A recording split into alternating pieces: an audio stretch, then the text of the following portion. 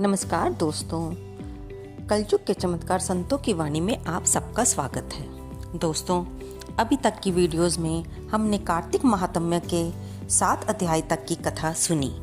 आज की इस वीडियो में हम 8वें और 9वें अध्याय की कथा सुनेंगे।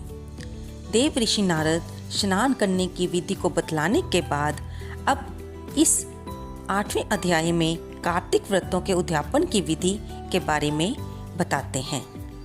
आइए सुनते हैं। देव ऋषि नारद बोले, हे महाराज, अब मैं कार्तिक व्रतों के उद्यापन विधि संक्षेप में कहता हूँ।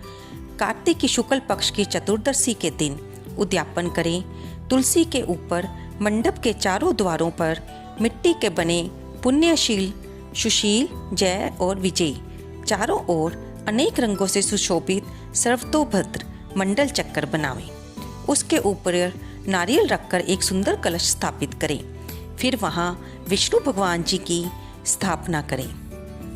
फिर उनका पूजन करें और चतुर्दशी का भक्ति पूर्वक शांत भाव और सावधानता से उपवास करें। गुरु जी की आज्ञा से भगवान की स्वर्णमयी प्रतिमा का पूजन कर अनेक प्रकार के भोग अर्पण करें। रात्रि में जागरण और कीर्तन व प्रातःकाल उठकर नित्य नैमित्तिक कर्म करें। इसके पश्चात हवन कर ब्राह्मणों को भोजन करावें और अपनी सामर्थ्य के अनुसार दक्षिणा दें। वैकुंठ चतुर्दशी के दिन व्रत करने से वैकुंठ धाम मृत्यु के पर्यंत मिलता है। इस प्रकार श्रद्धा पूर्वक व्रत करके पूर्णमासी के दिन स्त्री सहित ब्राह्मणों को निमंत्रण दें। फिर उनको खीर, फल आदि अन्न का भोजन करावें तथा अतो देवा इन मंत्रों से तिल और खीर का हवन करावें। फिर यथाशक्ति दक्षिणा दें और नमस्कार करें। भगवान तुलसी, देवताओं व कपिला गौ का पूजन करें। फिर गुरु को सपत्नीक वस्त्र आभूषण देकर क्षमा प्रार्थना करें कि आप प्रसन्न हो, ताकि भगवान भी मेरे ऊपर कृपा करें और व्रत के प्रभाव से मेरे पाप नष्ट हो जाएं। इस प्रकार जो मनुष्य उचित रीति से कार्तिक व्रतों को करते हैं, वे पाप रहित होकर इस लोक में सुख भोगकर अंत में विष्णु के लोक को जाते हैं। दोस्तों, यहाँ पे कार्तिक महात्म्य का 8वां अध्याय समाप्त होता है। इति कार्तिक महात्म्य 8वां अध्याय। अब शुरू होती है 9वें अध्याय की कथा। दोस्तों, ये सारी कथाएं नारद ऋषि ही सुना रहे हैं, जिन्हें आगे ऋषि मुनि सुन रहे हैं। 9वें अध्याय में आता है कि महाराज पृथु बोले, हे मुनि श्रेष्ठ, आपने कार्तिक व्रत में तुलसी के मूल में विष्णु भगवान का पूजन कहा है। हे भगवान, मैं तुलसी के महात्म्य को पूछना चाहता हूँ। ये कहाँ और किस प्रकार पैदा हुई, ये सब कथा बताने की कृपा करें। नारद जी बोले, एक समय सब देवता व अप्सराओं के साथ इंद्र शिव के दर्शनों के लिए कैलाश की ओर गए। तब भगवान शिव ने अपनी माया से एक पुरुष उत्पन्न किया। इंद्र आदि देवताओं ने वहां पर एक भयंकर स्वरूप, भयंकर आंखें व बड़े बड़े दांतों वाला एक पुरुष देखा। इंद्र ने उससे पूछा कि तू कौन है और परम पिता शिव जी कहाँ गए हैं।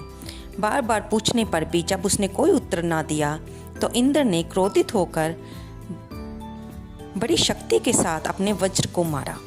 इसके प्रहार से उनके कंठ में नीलता हो गई और वह वज्र जलकर भस्म हो गया। तब भगवान रुद्र अपने तेज से इंद्र को जलाने लगे। दोस्तों, ये रुद्र भगवान और कोई नहीं, भगवान शंकर का ही दूसरा रूप थे। ये दशा देखकर बृहस्पति इंद्र को दंड के समान पृथ्वी पर गिराकर हाथ जोड़कर स्तुति करने लगे। हे देवादिदेव, हे कृपाल शंभु, हे त्रिपुरारी, आपको प्रणाम है।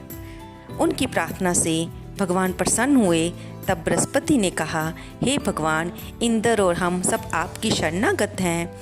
हमारी रक्षा कीजिए और अपने नेत्र से प्रकट ज्वाला को शांत करें। जब बृहस्पति भगवान ने इस प्रकार प्रार्थना की, तो रुद्र प्रसन्न होते हुए बोले कि तुमने इंद्र की रक्षा की है, इसलिए तुम जीव के लाओगे। मेरे मस्तक से उत्पन्न अग्नि अब कैसे प्रवेश कर सकती है? मैं इसे समुद्र में फेंक दूंगा ताकि इंद्र को कष्ट ना हो। ऐसा कहकर शिवजी ने उस अग्नि को हाथ में लेकर समुद्र में फेंक दिया। ये अग्नि गंगा सागर के संगम पर गिरी और वहाँ पर एक बालक का रूप धारण कर रोने लगी। उसके शब्द से स्वर्ग से 70 लोक तक बहरे हो गए, पृथ्वी कांपने लगी।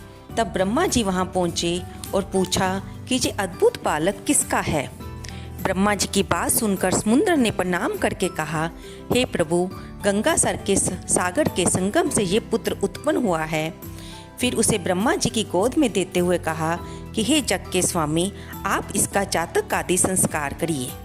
इस बीच उस बालक ने ब्रह्मा जी की दाढ़ी पकड़ ली और उसे हिलाने लगा। इससे उनके आंसू गिरने लगे। बड़ी कठिनता से वे अपनी दाढ़ी छुड़ाकर बोले कि समुद्र, इसने हमारे नेत्रों से जल निकाला है, इससे इसका नाम जलंधर होगा।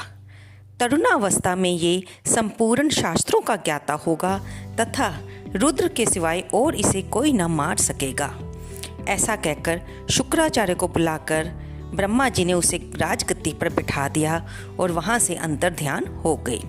सागर ने अपने पुत्र जलंधर का विवाह कालनेमि की पुत्री वृंदा से कर दिया।